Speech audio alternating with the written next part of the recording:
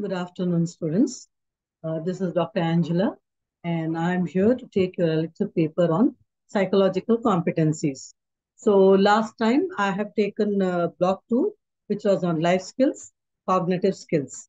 And we have completed block 1, unit 1, 2, 3, and block 2, 4. Okay, so today we are going to start unit 5 of the psychosocial skills. Unit 5 deals with the psychosocial skills of block 2. Let's look at what are the objectives of this unit 2.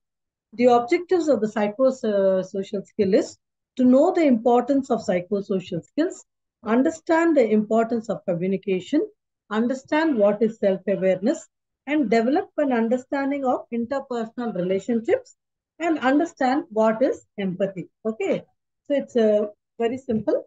We need to understand what is psychosocial skills is all about. Okay, so psycho refers to the psyche or the spirit of a person, which includes the inner entity of emotions, thoughts, desires, beliefs, and values, as well as the way in which we perceive ourselves and others.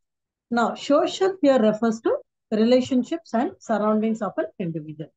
This consists of both material world, social and cultural context in which people live.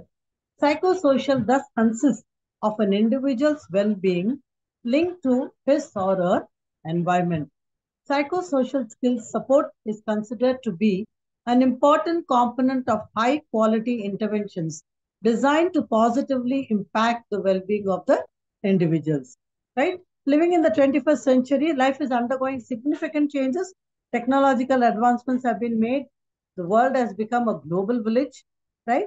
And psychosocial skills are their instrument to deal with various kinds of demands, like being motivated, deep for self-discipline, dealing with health issues, being connected and interdependent, yet mature in expressing oneself clearly but politely, cooperating with the peers, so on.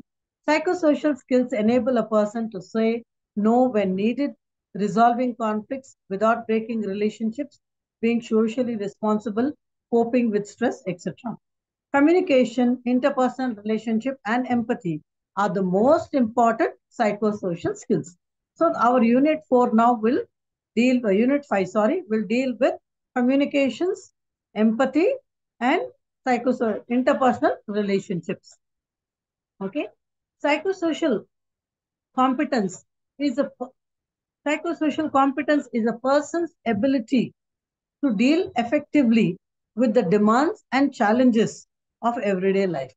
If a person's ability to maintain a state of mental well-being and demonstrate that is an adaptive and positive behavior while interacting with others, his or her cultural environment, social skills have an important role to play in the promotion of health.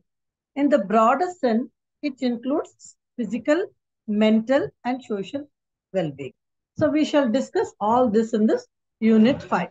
So let us begin now with communication. So what do we understand by communication, right? What is communication? Communication comes from a Latin word, which means to share. Now, what are we sharing? We are sharing information between two different individuals. And it could be sharing of ideas, concepts, imaginations, behavior, and written content. Communication simply is defined as the transfer of information from one person to another. Communication is a simple process, yet showing complexity in some aspects. Different ways of communication and distances over which one is required to transfer information make the process complicated. Newman and Summer Jr. defines communication as an exchange of facts, ideas, opinions, or emotions by two or more persons. Okay. Now, why do you think communication is important? The importance of communication is essential in this current scenario because we are living in a world that is completely networked with communication. With the advent of fast technology, the world becoming the global village, right? The information sharing among various groups in society at the national and international levels have become very smooth, effective, and efficient. With a click of a small button on a computer, you can easily get any information according to your needs and choice. You just can't think of a world or a situation where there is no exchange of ideas, feelings, emotions, reaction, proposition, facts, and figures. From time immemorial, communication has been the most important activities of human life. The integration of world economy has been made possible with strong and effective channel of communication. Right? Learning and development of good communication skills can help one succeed in career, can make you competitive for a job, and it can also build a good network. There are three elements necessary to conduct a communication. That is, we have a sender, a medium, the platform over which the information is conducted, and a recipient. Okay, we'll go a little more into the detail. Before that, let us understand what is the principles of communication. Lack of effective communications renders an organization or an individual handicapped. So, effective communication, certain principle needs to be followed. Now, what are those principles? In a simple way, we have to understand. There are few principles that are mentioned in your book. Let us take one by one. The first and important principle of the communication is clarity, right? Clarity means a communicator should use the language which is easy to understand. The message must be understood by the receiver. The word should be simple and unambiguous. The language should not create any confusion or misunderstanding, because the language is a medium of communication, and hence it should be clear and understandable. So clarity is important. That is the first principle of communication. The second one is adequacy and consistency. The communicator must carefully take into account that the information to be communicated should be complete and adequate in all respect. Inadequate and incomplete message creates confusions and delays in actions to be taken, right? And number three is integration. The principle of integration portrays through communication the efforts of human resources of the organization should be integrated towards achievement of corporate objectives. Since the very aim of communication is to achieve the set target, it should focus on coordinating the activities of the people at work to attain the corporate goals. So that's what is integration. The next one is economy. The unnecessary use of communication system will add to the cost. The system of communication must be used efficiently, timely, at the appropriate time, and when it is necessary. The next important principle is a feedback, which is very important in a communication. The purpose of communication will be defeated if feedback is not sent from the receiver. That feedback is essential only in case of written communication and messages sent through messenger. In case of oral type of communication, the feedback is immediately known, right? But if it is written, right, in form of messages or some form of letter, that there is, it is important to get the feedback. Another important principle is the need for communication network.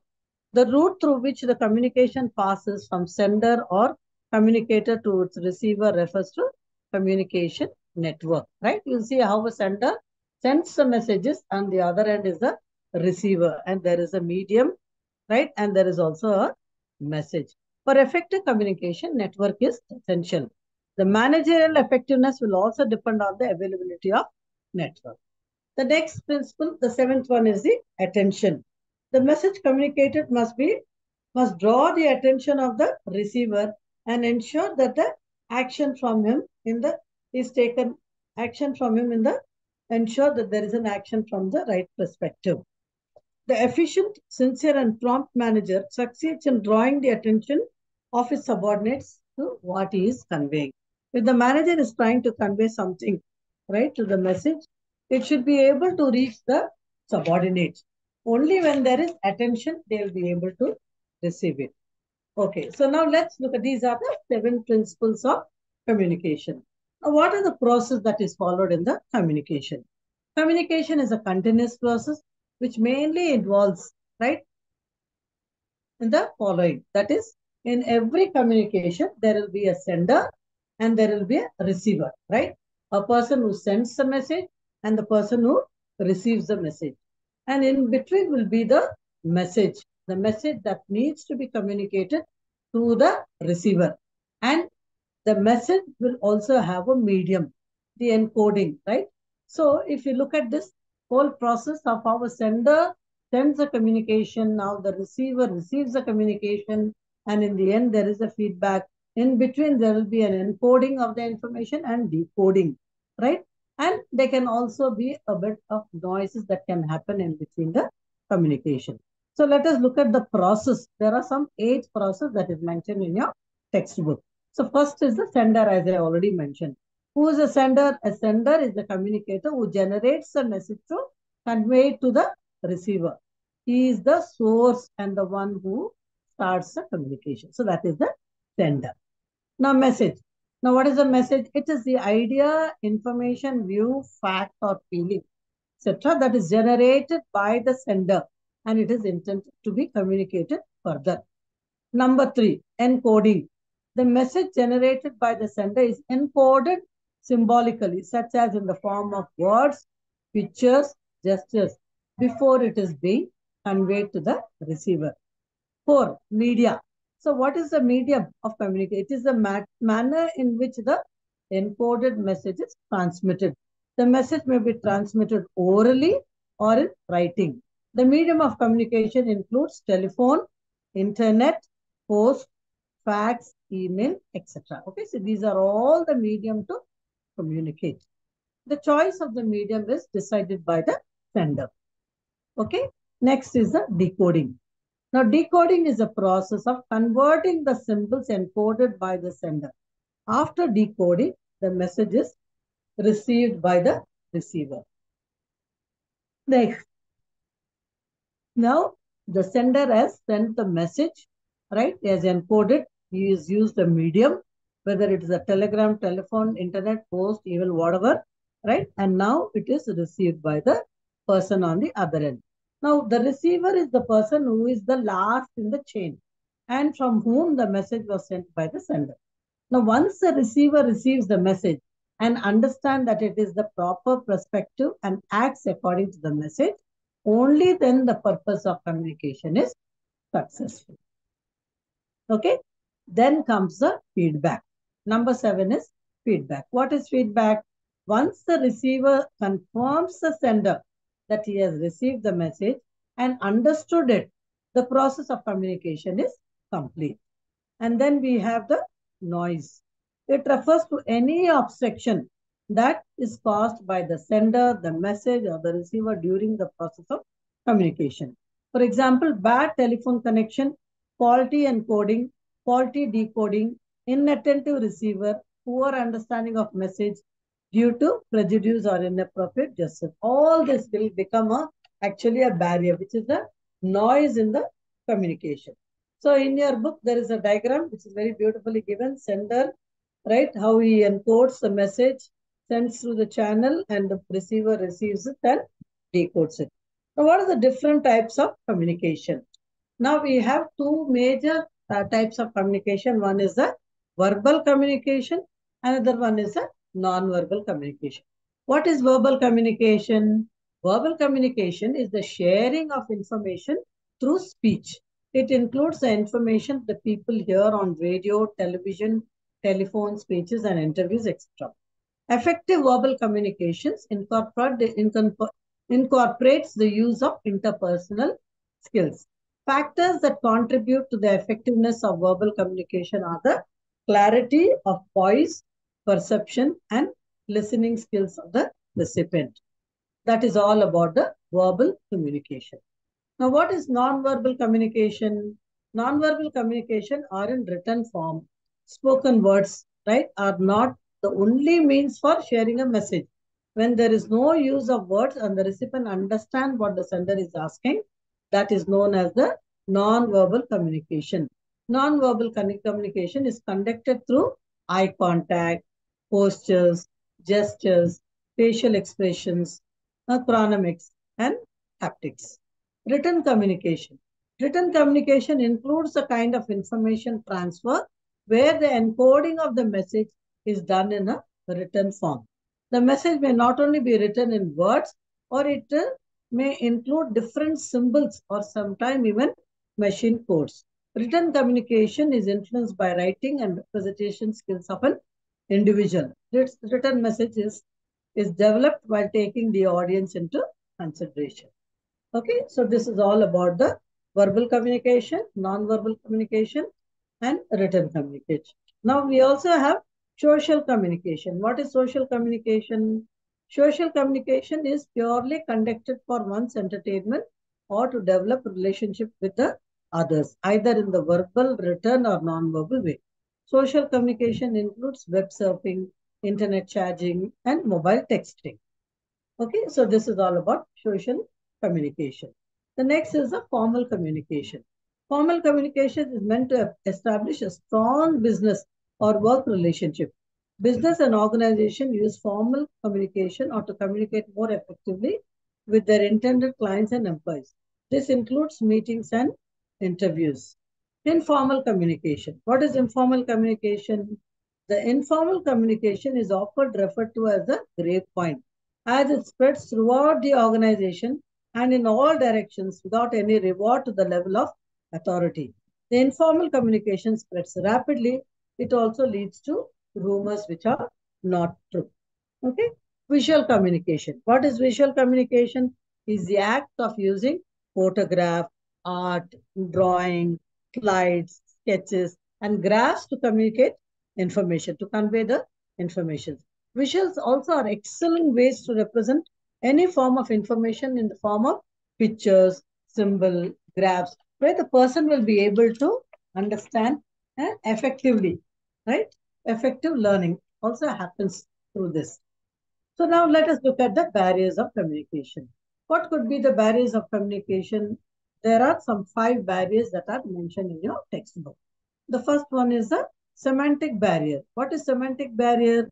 That is concerned with the problem and obstruction in the process in encoding and decoding of a message into words or impression. Normally, such barriers result due to wrong words, faulty transition, and different interpretation.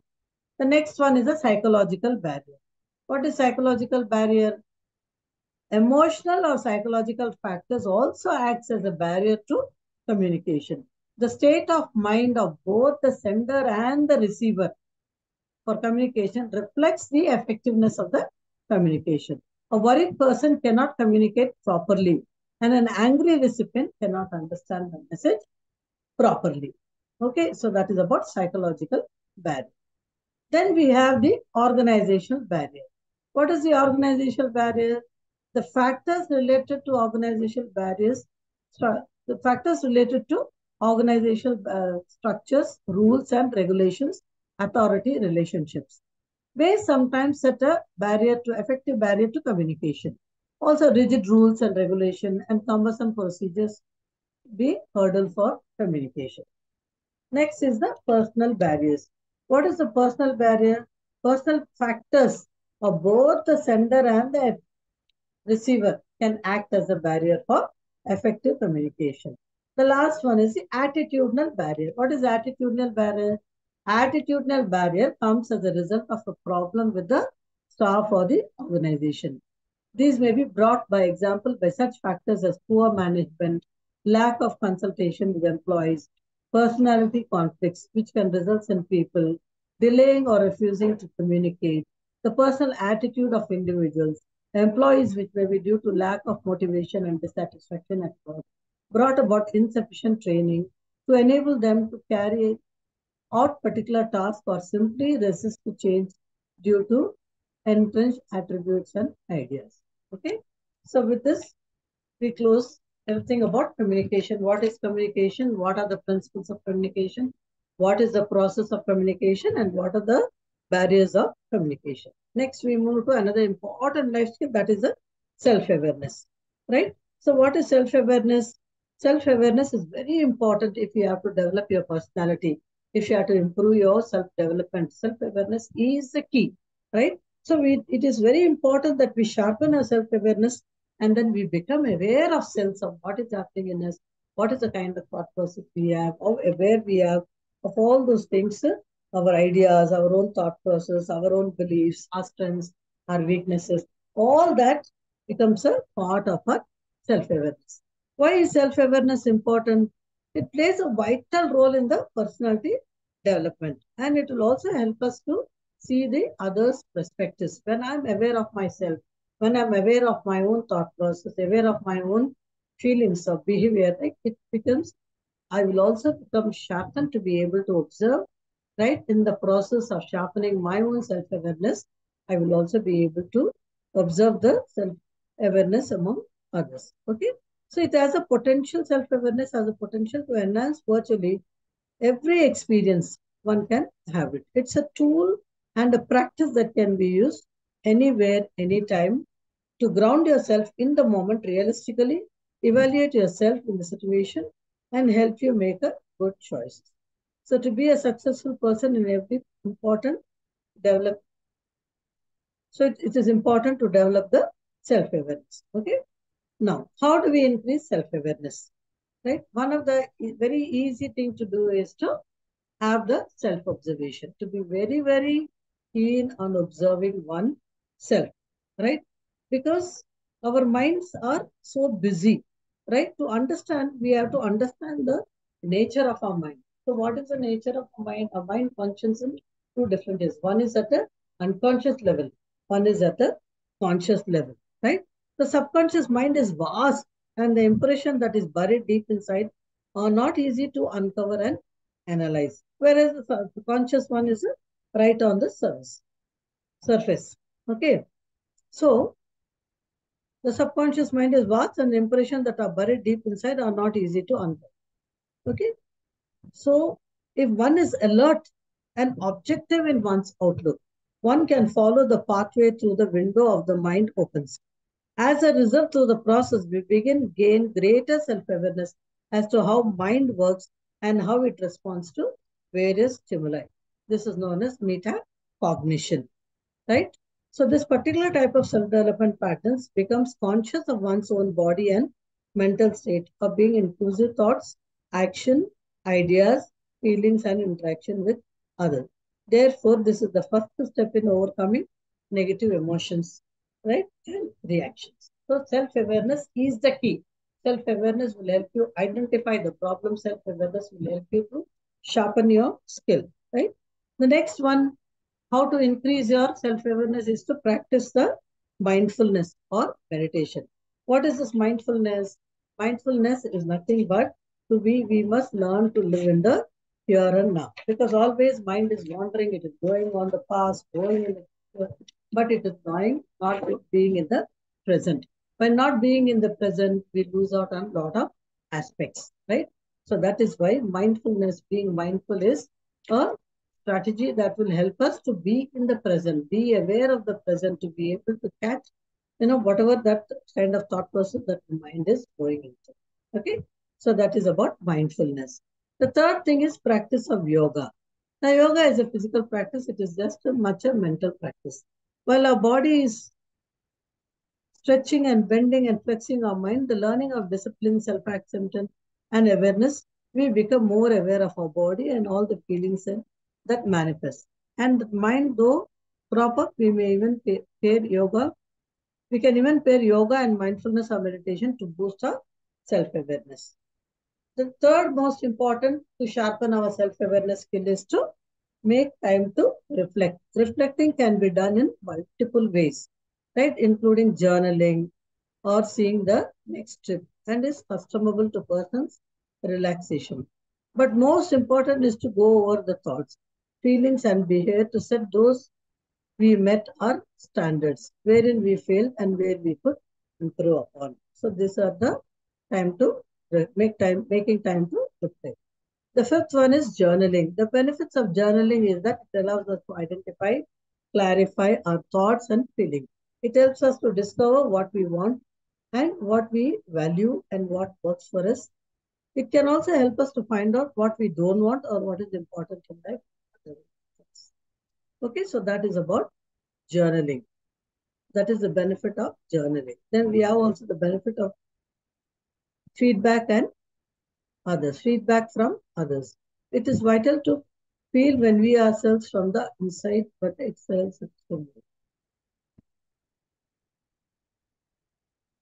Let the family and close friend describe you and see what rings true and what surprises you. This is called the feedback, taking feedback from one another. The last one is a self-evaluation.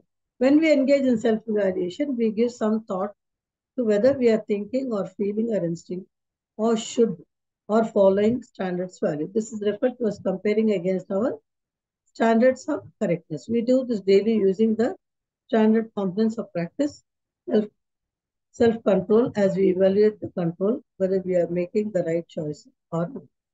So with this, we close this part of it on self-awareness, and then we move towards the unit 5.4, that is the interpersonal relationship. Okay, this, let me take some water.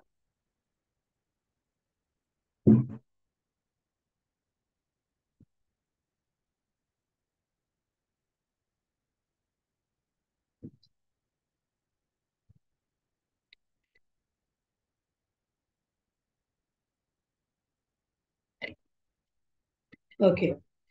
Now, what is interpersonal relationships? This will come as a part of the psychosocial relationship. Okay. A strong bond between two or more people refers to interpersonal relationships.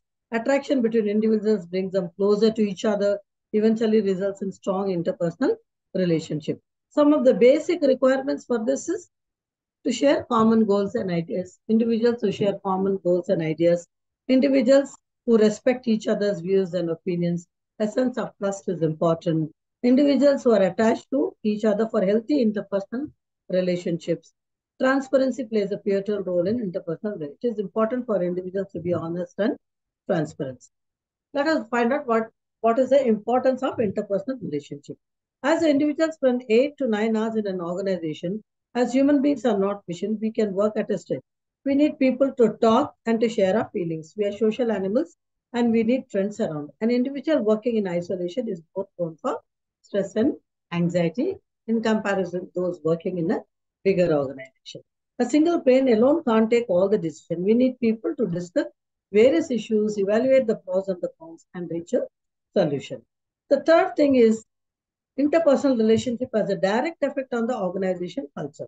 Misunderstanding and confusions lead to negativity at the workplace. Conflicts lead nowhere and turns to spoil the environment. We need people around who can also appreciate our hard work and motivate us from time to time. It is essential to have some trustworthy people who not only appreciate what when we do something good, but also tell a mistake. A pat on the back goes a long way in extracting the best out of the individual. It always pays us to have individuals around who really care for us. We need people who can support us in the time of crisis. Yeah, so these are the importance of being in a relation. We need to get along with our fellow workers to complete assignments with the stipulated frame of mind. Support our fellows' work as important. Now, there are different stages in this interpersonal relationship. In your book, they are given 5 stages. Let us look at the 5 stages by psychologist George Levinger. Every relationship goes through the following 5 stages, right? The first one is the acquaintance. It's according to the famous psychological George Levinger, every relationship goes through the 5 stages, and the first one is the acquaintance. To start a relationship, individuals need to know each other well. They acquaint themselves, right? The second one is the build-up stage. This is the stage where they are no longer on the starting stage of trusting each other. They must be compatible, offer each other the relationship to continue longer period of time, have similar interests, background, and different objectives. The third is the continuation stage. This is the stage where relationship blossom into lasting commitment. It is when people, after knowing each other well, decide to be in each other's company. The fourth stage is the deterioration stage. Not all relationships pass through the stages. Lack of compatibility, trust, love, and often leads to misunderstanding and serious troubles in relationship. Individuals, some have an integral part of envoy relationship. Individuals failing to compromise with each other found difficult to take the relationship to the next level. Then we have the fifth stage, that is the termination stage. In the fifth stage, the last stage of the relationship, it terminates due to death of any one partner or divorce or death or divorce or separation. Factors affecting interpersonal relationship. There are some 7 factors that are influencing, that is called communication, right, which is a very good way to interact, compatibility, and then honesty, staying calm in difficult times, forgiving, smile, and time, which plays an important role. Okay, so the role of interpersonal communication is effective communication is the key to healthy and long relationship. If individuals is not able to communicate with each other effectively, persons are bound to come. Okay, so these are all the factors that influence. The role of communication in interpersonal relationship is very important, right? It is not only what we are saying through words, how we are communicating, but it is very important the kind of tone we use, the kind of pitch that we have when we are talking to the other. It is not what we are communicating that is more important, but how we are also communicating, right? The choice of words, the tone or the pitch, right? It needs to be very important for the relationship to move at the next level, and also being very polite and trying to understand the other people's point of view, to be a patient listener. So all this is part of the interpersonal relationship.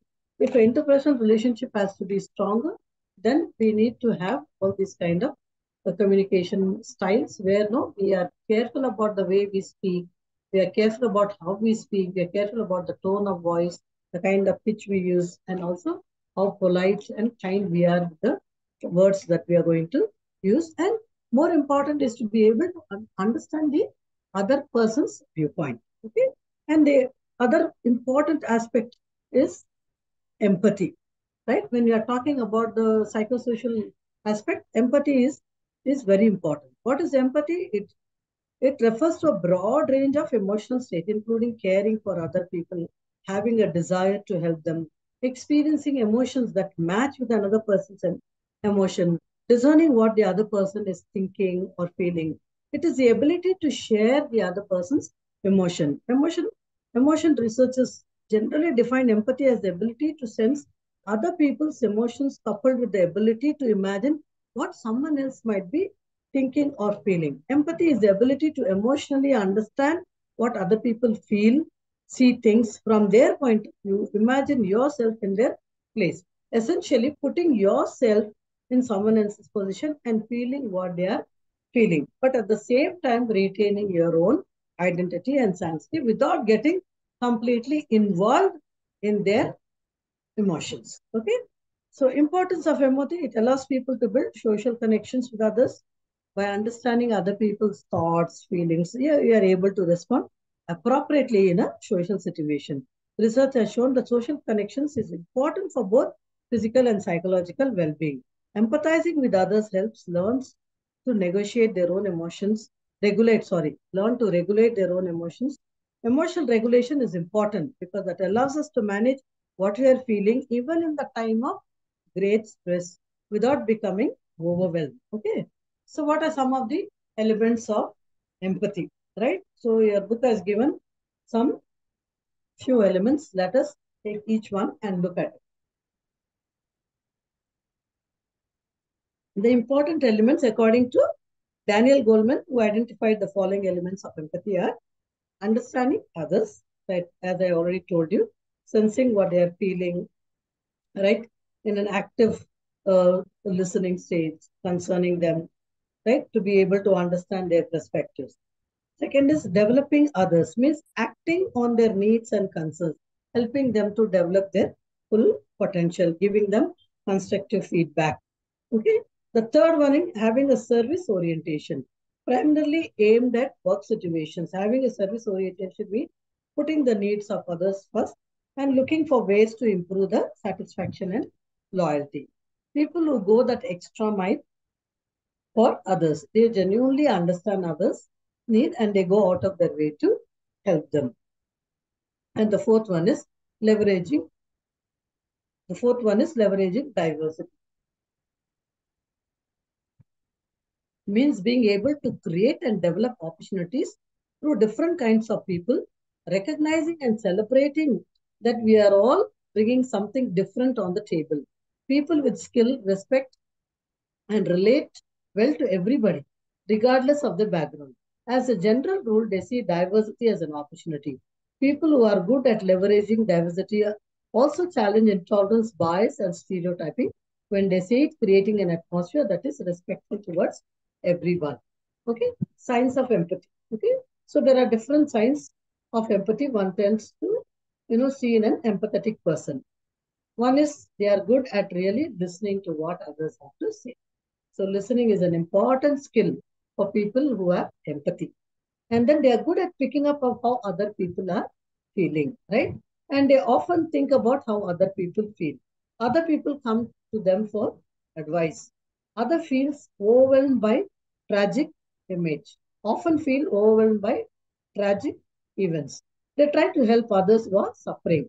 They're good at telling when people aren't being honest, sometimes feel drained or overwhelmed in social situations, care deeply about other people, find it difficult to set boundaries in relationship with other people, and their readiness to help the needy. Okay. So when you are talking about empathy, it doesn't mean it is sympathy. Okay. So there is a great difference between what empathy is and what sympathy is. If I have to give you a small example of what an empathy is, sympathy is just a feeling. Like when you look at a needy person, a beggar, right? If you feel sympathy for that person because of the way that person is sitting and begging on the roadside, the way he's wearing those clothes, and you feel compassion, you feel sympathy, and you can throw some points and can continue to move on, right? But empathy is not that. Empathy is a little beyond sympathy, right? Empathy is you not only feel sorry for the person, you not only feel, how the person is feeling. You try to put yourself in that person's shoes, right? And understand the person and also try to help the person. Also try to lift the person, right? And also tries to ensure that the person uh, receives the help. So, true empathy is also not just the feeling word that we talk about, feeling compassion, feeling sympathy, but it is also action that you do something about it that you help the person. Right? You feel emotions deeply, like the way you feel, right? It's literally placing yourself in the other person's shoes. Okay, so that is the difference between the empathy and sympathy. So with this, we complete the unit 5. Okay, so please go through the summary. Then you have question and answers, you have glossary. Okay, and then there are also further readings recommended. Okay, it is in a very simple language to be able to understand. Let's move on to the next, that is the self-management skills. Unit 6 is self-management skills. Now, what is the objective of this unit? To know the importance of self-management skill, understand the importance of having self-confidence, understand what is self-esteem, and develop an understanding of anger management and access life skills. Okay, so self-management skills are those characteristics that help an employee you know, to feel and be more productive at the workplace. Such skills as problem solving, resisting stress, communicating clearly, managing time, strengthening memory, exercising often are all the key self-management skills, right? So it is very important that how you manage yourself in terms of self-control, right? And also in terms of regulating your emotion, that is self-regulation. Yeah. So all this will become the self-management skills. Now, why should we talk about self-management skills? What is the importance of self-management skills, right? The importance of self-management skill is because it makes you more organized. It makes you, it becomes easier for you to work. And through these skills, you get a chance to work better, have a better chance of being successful in life. It will lead to career growth, a better understanding of success in what you do. And it will also help you to be very professional level or at a personal level. And it also helps you to set goals, which are very important, which is the key development in the self-development process. And it also gives you goals that needs to be that needs to have a target to be achieved, and it will motivate you. Self-management also gives you the confidence that you can do this as this is in your control of your situation, right? Because this is in your hands. How do you regulate your emotions? How well you exercise? how well aware you are of yourself. All this is within your control and you can very well do it. It makes you more responsible and it will help you to be, successful. Okay, self-confidence. Okay, the confidence from Latin verb fidere, which means to trust. Therefore, having self-confidence is having a trust in oneself. It is more specifically trust in one's ability to achieve one goal, right? So self-confidence is very important for all of us, right? So when we have confidence in ourselves, we'll be able to perform better. We'll be able to perform much. We have a better self-esteem, and we'll be able to succeed in whatever we take up. Okay, and let's look at one of the definition as an individual trust in his or own abilities. Right, self-confidence will give you that faith to be able to trust in yourself, trust in your own abilities, trust in your own capacities, right? And to be able to meet with the day-to-day challenges of life and to be able to succeed, in addressing those challenges. Okay. Now, defining the difference between self-efficacy, self-confidence, and self-esteem. Okay. There are three terms which are slightly different meanings, right, for the psychologists who are studying this. Self-confidence, we already spoke about. What is self-efficacy? Albert Bandura is arguably the most cited author on the subject of self-efficacy. And he defines self-efficacy as an individual's belief about their capacity to influence the events in their own lives, right? So that's what he says. And in comparison to self-esteem, the definition of self-esteem often rests on ideas of an individual's worth or worthiness. While self-efficacy is rooted in the belief about an individual's capacities to handle future situations, self-esteem is more present-focused belief, while self-efficacy is more of forward-looking belief. And self-confidence, is already, we have spoken about it. It is more in the having the trust in oneself, believing in oneself, believing in the ability that one can do, the belief that we are able to do it. Okay. So self-confidence behavior is important. Your textbook has given you confident behavior and behavior associated with low self-confidence, right? So if you are confident, what will be the kind of behavior you will project? So doing what you believe is right, even if others are mocking or criticizing you, right? Being willing to take the risk and go that extra mile because you're confident, you're sure that you believe in yourself and you believe in your capacities, admitting your mistakes and you learning from them and waiting for others to convert on your own accomplishments. Okay, so this is how a self-confident behavior looks like. Now, the behavior associated with the low self-confidence is it is governed by what people think. Like most of the time, some people will be worried about what will other people think, right? They are not able to trust in their own capacities. They don't trust in their own abilities, right? They are worried about what others are thinking and they would not want to take any risk. So they would prefer to stay in a comfort zone, fear of failure, avoiding the risk, right? And then working hard to cover up mistakes and hoping you fix the problem before anyone notices and extolling own virtues as often as possible with as many people as possible. Okay, so these people don't take any feedback. So there is no improvement in learning, right? So this is how the behaviors are different from that those people who are confident and those people who are not confident. Okay. Next, we look at the traits of self-confidence person. What are they? They're very simple traits, very important traits. Okay. Self-confidence are people who love themselves because they're highly confident people, like they love who they are, they're satisfied with who they are and who they are not, right? Which means they understand who they are.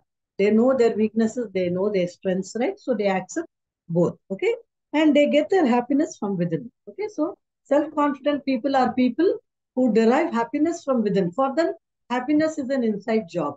They decide to be happy. They make a choice to be happy because happiness is something that comes from within. They don't wait for others to create happiness for themselves. They don't wait for others to bring happiness to them. Okay. So these are the traits of the self-confident people. They get their happiness from within and they choose their own happiness. And the next trait is they are the people who are extremely grateful. Grateful people are people who are also very confident because gratitude is something that they are always, thanking for not only the basic necessities of life, but every opportunity that life offers them, life blesses them, or throws them at the challenges. So gratitude is also a very important quality of a confident people. Another important aspect of the people who are confident is they exercise. They understand the importance of exercise. And so they take time to exercise their bodies. They take time to keep themselves fit. They take time, to work on their appearances. And they always are attractive about the way they go about because that shows the confidence. Another important trait of the people with confidence are they're positive, right? They will try to see the positivity even in the worst scenario in life. The confident people are people who are positive not only in good times, but also when life challenges them, but also when they have problems, they'll be able to look at the positive aspects. They'll be able to look at what the problem is also teaching them, giving them lessons.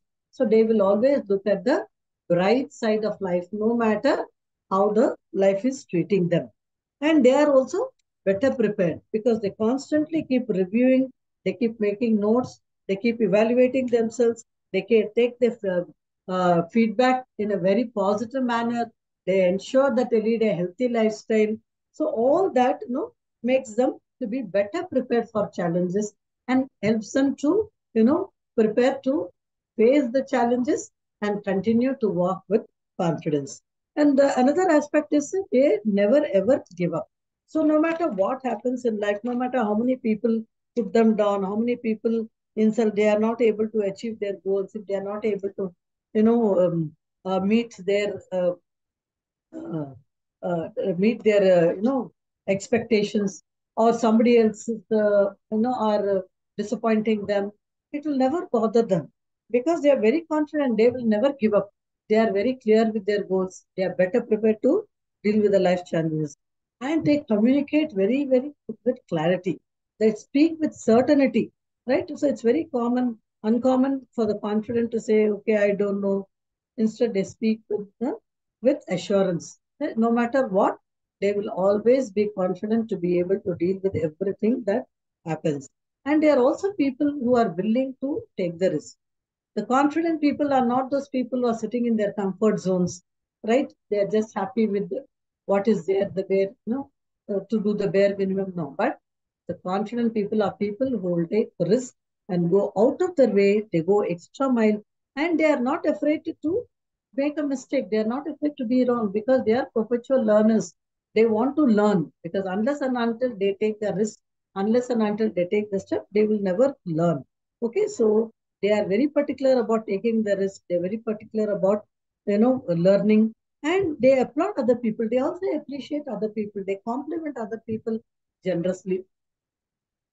It's not that only they receive compliments for who they are, but they also notice the small little things, the goodness in others, and they appreciate that. Okay, so they applaud people. They listen more than they speak, right? So they are good listeners because they have so much of it in them, so much of confidence they have about themselves, right? Because they want to learn, they want to take feedback. They end up being good listeners, right? And they are modest.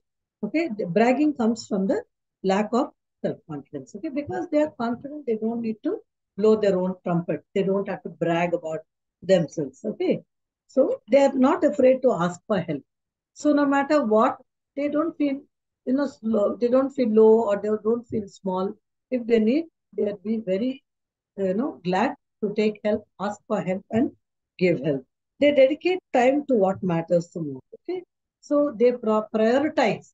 What once they have their goals set, once they have things for them, they are very clear about what they want in life. So they prioritize what is important for them. Okay, so all these are the traits of a self-confident person. Now, how can you improve self-confidence? Right? It is almost right when you look at the traits, it will more or less match. Okay, so let us look at the first and foremost is nobody is born, with limitless self-confidence. Okay, we are all coming from situations, from kind of environment where sometimes you are put down, sometimes we are not appreciated enough, not affirmed, right? So there is no 100% self-confidence as such. Okay, there is always a need to improve our self-confidence. So how do we do it?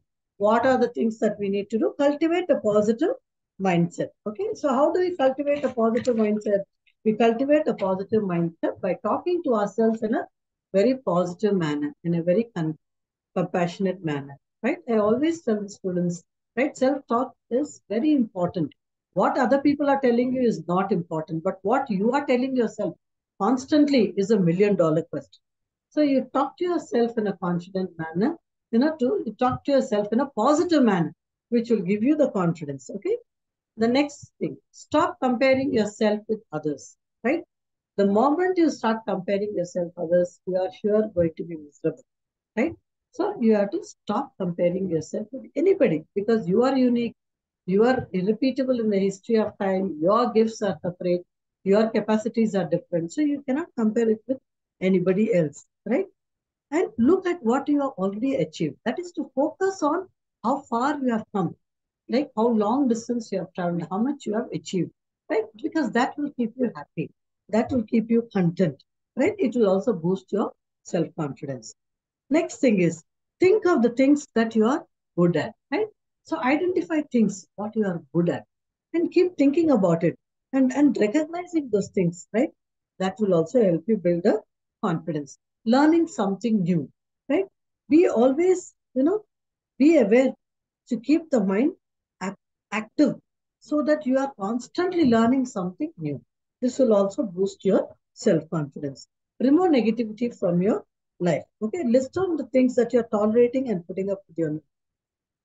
Just write them down, remove them, minimize the repetition. So there is no place for negativity in life, especially for a confident person. So if you want to be a confident person, you must remove all kinds of negativity in your life.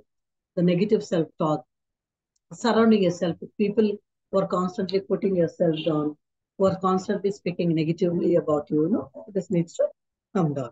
Celebrate your big and your small wins, right? Always appreciate yourself. That's with small joys, with small victories, right? Always appreciate and honor yourself, right? Celebrate yourself, right? Give yourself a treat, right? It is called the reinforcement theory, right? You do something good, you achieve something, you treat yourself, you reward yourself, reward and reinforcement, okay? Celebrate your big and small. Converse with new people, right? Meet a lot of new people. Start interacting with them, start talking to them, right? So that you'll be able to learn more, okay?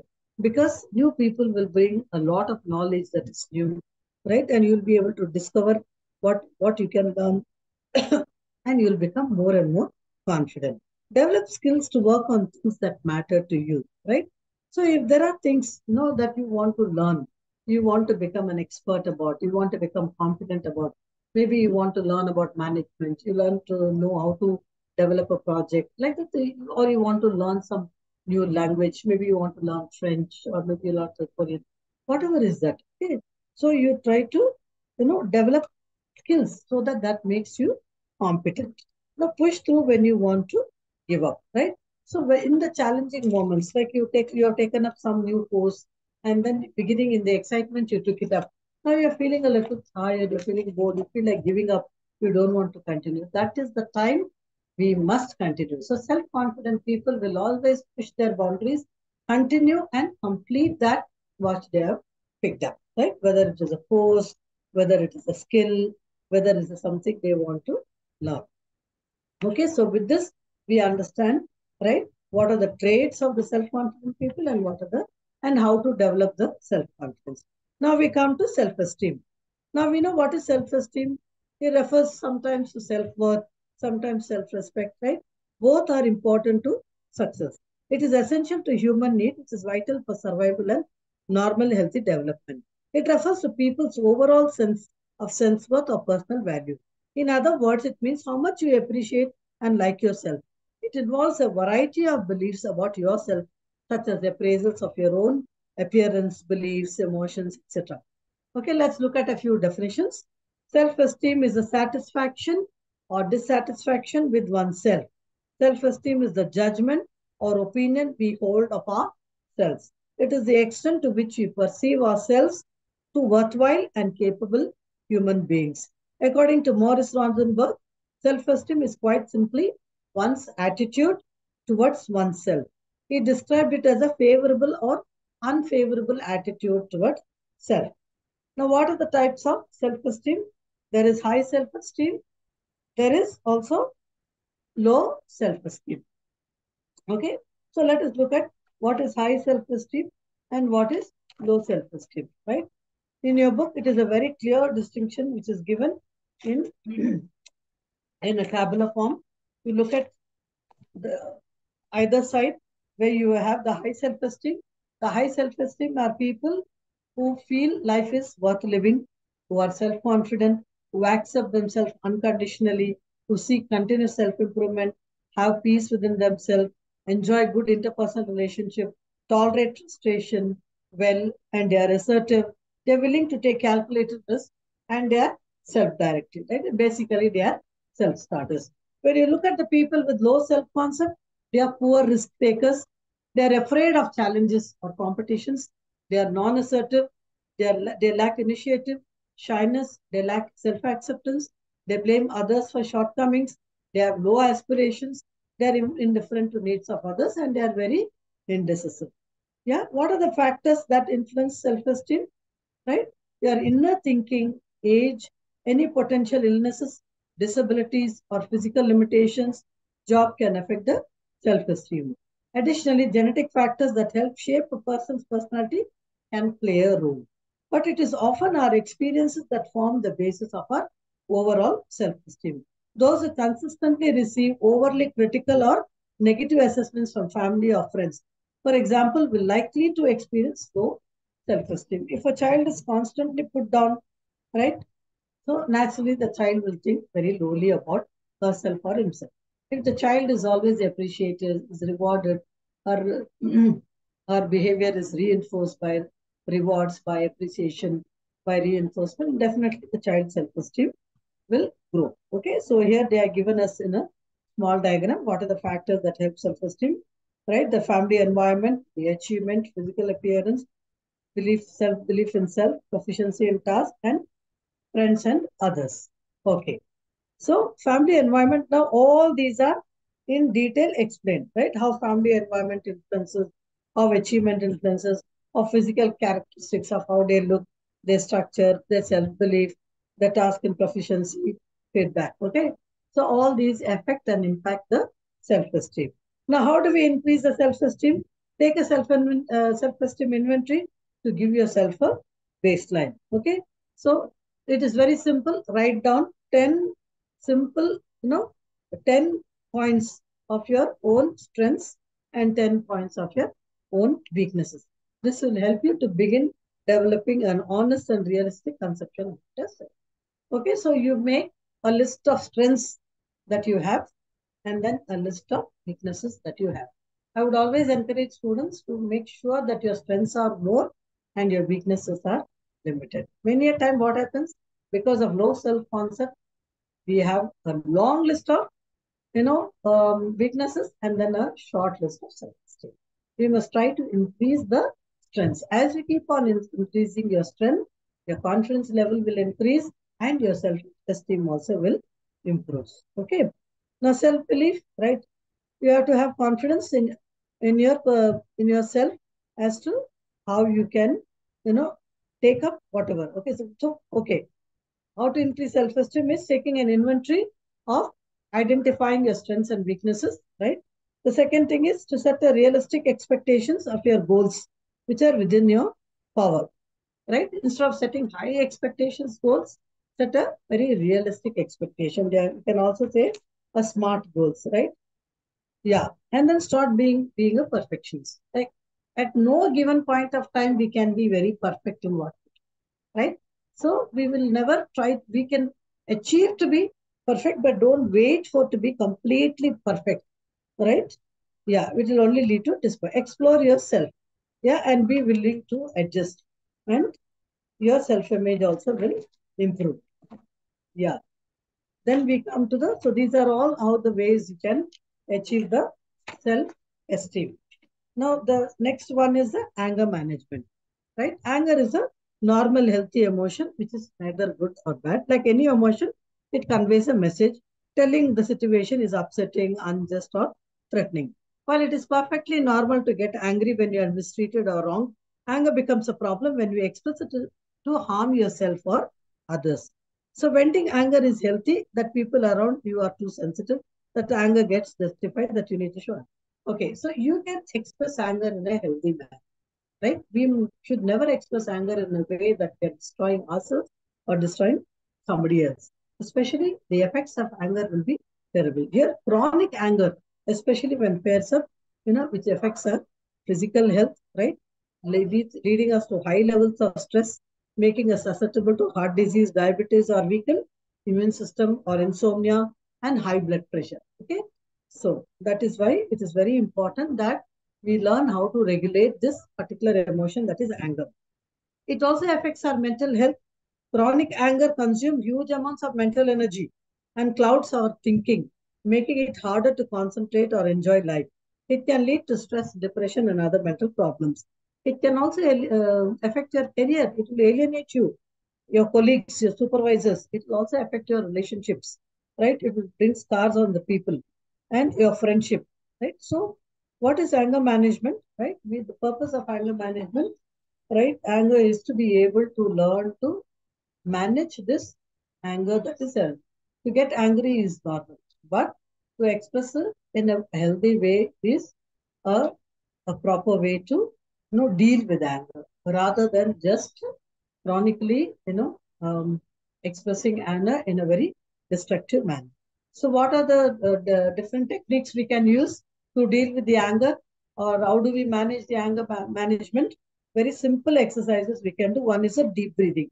Deep breathing is the best exercise for anger management. Whenever you are getting angry, sit and breathe. If you are able to breathe, right, take a few deep breaths, automatically you start calming down. Or even take counting, or reverse counting also helps, right? Or even writing therapy also, they say when you're angry, you write it down. Instead of being impulsive, you just, give little time for yourself and sit and breathe. Breathing exercise not only calms down your anger, it also brings down your anxiety levels. It also reduces panic attacks if you have. Okay, so there are so many benefits, right? And it is very simple to practice. Place one hand on your stomach, right? And then sit erect and close your eyes and very gently breathe from the gut level, raise it high and hold for a second and very gently release it. Okay, so practicing that, it will help you, clear your thoughts, it will calm yourself down, it will clear, and it will also help you, deal with your emotions. Progressive relaxation techniques is also very important. Progressive relaxation technique, which is common, we have learned about Jacobson's relaxation technique, is nothing but you learn to relax in a way that will, in a progressive way. That is, you can lie down or sit on a chair, close your eyes, right? And very gently you relax every muscles, you stretch like, consciously tensing and relaxing the muscles and muscles group at a time. Close your eyes, start with the toes, tensing from them few seconds and then relaxing them. Okay. So this also relieves your stress, anger, and tension. Don't forget to breathe and focus on your body. The third is the boxing. Use a punching bag, keep one boxing kit and then you start punching. In that way, you release all your, anger that is coming from your uh, then there is brisk walking. Brisk walking is also a very important aspect. Walking is important, right? As it is walking, it lowers your stress hormones, it improves agility, and is a greater way to staying safe. Walking also works to shape how we think and one of the best activities for self-reflection. So boxing, which is a rigorous activity, walking, brisk walking, weightlifting, right, also helps. And you can also join a team sport, like where you can go out and play basketball, volleyball, all these kind of, vigorous activities that can help you to deal with your anger. Yeah. And then there is aerobic activity, skipping rope, and then yoga, right? Yoga is the best exercise because that will not tire you. It all involves with stretching, right? You can do sitting asanas, lying down, standing, no? With synchronizing your breathing calibrations. Okay. So all this is the way you deal with your anger. Right. The last part of is assessment of life skills. Right. Formal assessment procedure involve using standardized assessment. A standardized assessment has a set protocol while all testers must use using consistency across it. So there are assessments of life skills, right? It refers to a wide variety of methods or tools that educators use to evaluate, to measure, and document the academic readiness, learning progress, skill acquisitions, or educational needs of students. Educators use diverse area of assessment tools and methods. Okay, they are designed specifically for specific elements of learning, level of knowledge when the student is ready to learn the concept of skill, right? So we have formal and informal measurement. Formal one is what is standardized. Informal one is carry out in the standardized instructions or score. Notes may be made in the quality of the student's performance, and there are benefits and challenges associated with both use of formal and informal. Okay, so assessment of functioning life skills, right? So which provides assessment and scoring instruction for each module. 6 individually available assessment tools like basic living skills, home skills, community participation skills, help independent living skills, vocational skills, and complete assessment of functional living skills covers in 735 daily living skill. Right? The assessment is useful and appropriate for a very broad range of learners, including children and adults, right? It's completed by caregiver, person, therapist, psychologist. It is necessary for the person to assessing that has frequent contact and direct contact with the learner. Each assessment protocol can be used as a standalone assessment. Okay. So life skill assessment skill by Subhasri and Radhakrishna have 100 items, okay, which measures 10 dimensions of life skills. The scores obtained under each dimension represent the level of life skills in respective domains, and summation of all scored under each 10 dimension equals the score of the life skills. So here they are given us the, a simple dimension from serial number 1 to 10. They are given 10 life skills, what you have spoken earlier, okay, and then there are tick mark, very high, high, average, low, and very low, okay. So with this, we complete the unit 6 and we also complete block 2, right? So please go through these units and you'll be able to better understand, right, of life skills of what we have learned, right? Today, especially whatever we have learned on confidence, self-esteem, right? And also about how to develop a proper self-esteem or develop a confidence level, what are the traits, all this, okay? So you have questions here, you have fill in the blanks, you have glossary, and please read up this and it will be very easy for you to understand. So next class, the same time tomorrow, we will meet and I will begin with block 3, which is again 3 units, that is unit 7, unit 8 and unit 9. Okay. So thank you for your listening and take care. God bless.